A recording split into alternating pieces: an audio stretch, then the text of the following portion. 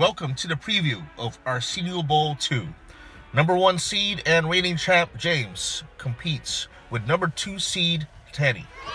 This preview includes exclusive interviews with both contestants and also a look at both rosters heading into this championship weekend. But first, here are some other big matches of the week.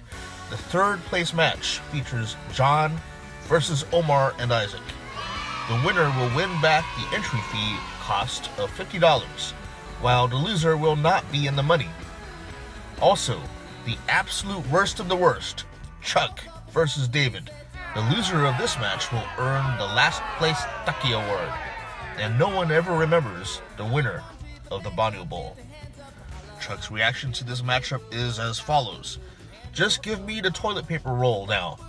My real and fantasy seasons were terrible this year. I had high hopes. Incidentally, David has already defeated Chuck 3 times this season alone. And now, on to the interviews of Tanny and James.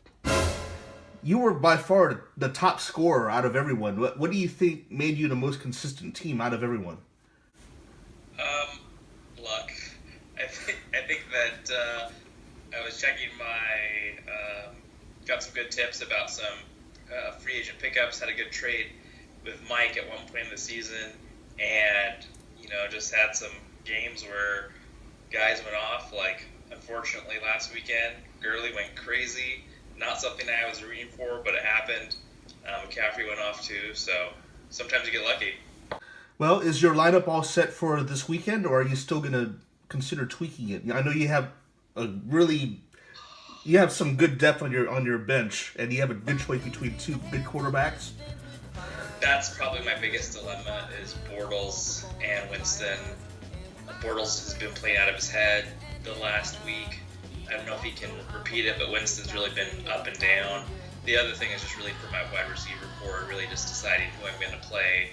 Jordy Nelson really didn't do much with Aaron Rodgers being back, so do I take Ashton Jeffrey, who I had on the bench, put him in? And just looking at James' lineup, that's really going to be tough. Kareem Hunt went crazy last weekend. I don't know if that's going to happen again.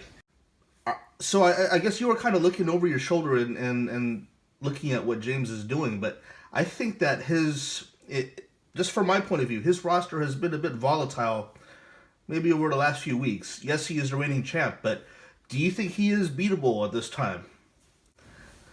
I think anything can happen, but when you have people like you said, his roster is really volatile. There are people that can totally disappear, or like Hunt, who was awesome at the beginning of the season, just go off. And I think, Pittsburgh makes me really nervous because with Antonio Brown being out, Juju Smith-Schuster seems to be someone who's going to get a lot of touches. And I just got to hope that, either Bortles or Winston, whoever, it'll be definitely a game-time decision. What do you think, if anything, fantasy football teaches you about life as a whole? It teaches me that if you don't check your roster on Sunday morning, you're going to be upset because someone's going to be inactive. So just getting into the process of checking your roster regularly, and then, man, you can have a great-looking lineup, and things can just go south, and it's totally out of your control. So I speak for everyone when I say happy anniversary to you and Jen. And how was 2017 for you, you and your family as a whole, looking back on it? Well, it's amazing. So it's God's grace, and just been wonderful being home, and I can't have asked for it to be any better. So I'm just really thankful and feeling blessed. Well, amen to that. I know God continues to do a new thing each and every day. What do you plan on doing with the $400 should you win it? Probably stocking it away for my next year fantasy football league dues. That's great, man. Well, Merry Christmas to you and your family, and again, congratulations for making it this far. Sounds good. Thanks, guys. Obviously, you're back for the second time in the Arsenio Bowl, but are you surprised at all? Surprised? No. I just, I felt like I needed to get another back-to-back win. So I was shooting for this the whole time. Okay. Yeah. Cool. Well, So it's going. I looked at your lineup. It's going to end up on. Well, it's a Monday game for Pittsburgh, and it's actually a Monday afternoon game. You have 3 players going. You have Juju. You have Le'Veon Bell. Big Ben. Big Ben. So, are you expecting to win it and come from behind on Monday? Yeah, because he's got. I think they play the Texans, so he's got DeAndre Hopkins, who's one of his better players. Tied with Gurley maybe for his best player, but yeah, I'm hoping that'll be where I win it. Well, is your lineup set at this point? It's no. I mean, maybe my flex is iffy, but I think I'm gonna start Juju. I'm gonna start Ben and Bell obviously, and then Juju I think so because Antonio Brown's injured. Okay. So that'll be good for him, I think. What, if anything, scares you about his roster? DeAndre Hopkins and Todd Gurley. Okay, if they both go off, it's going to be tough. Obviously, you're 24-6 altogether in the league so far. That's about as dominating as you can get. But comparing your team now as it was last year, do you feel as confident? Not as confident, no. I don't have my locked-in lineup. I kind of have like a few people I'll go back and forth in every other week, start one, like mostly wide receivers. I know who I'm going to start at running back. It's the wide receivers. I have 2 slots with the flex, so 3 spots, and I have about 5 or 6 guys I'm contemplating for those. Maybe 5 between those 3 spots.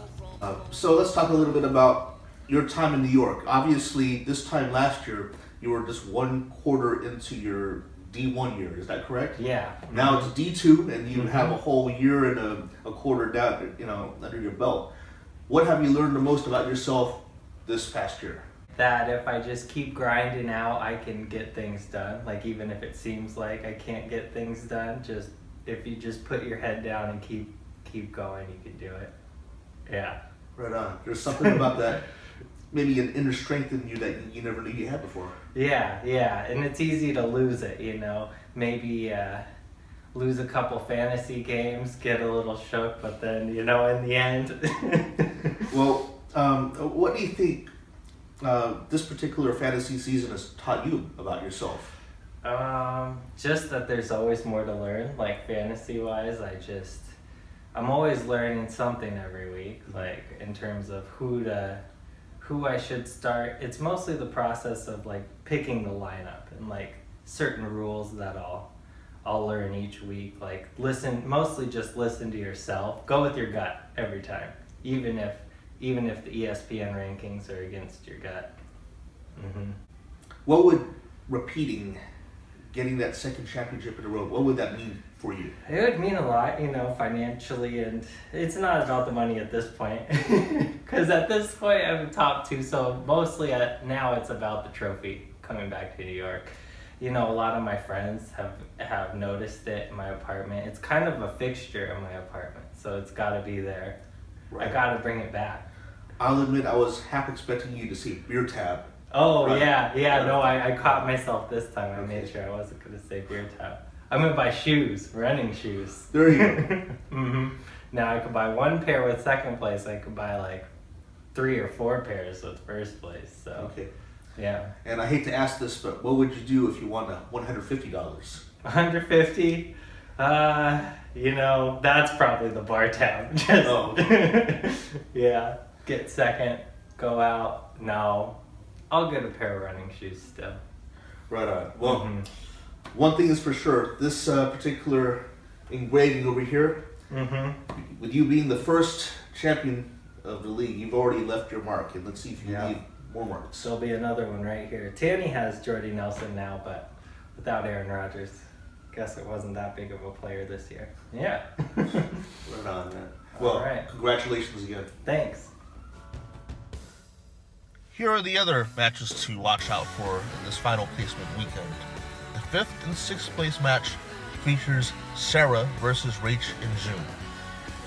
Mike and Andrew will be facing off for 7th and 8th place. And the 9th and 10th place matchup is Dwayne and Carmen versus Chris and Bonnie. Everyone enjoy the Arsenio Bowl and final placement weekend as a whole. And have a Merry Christmas.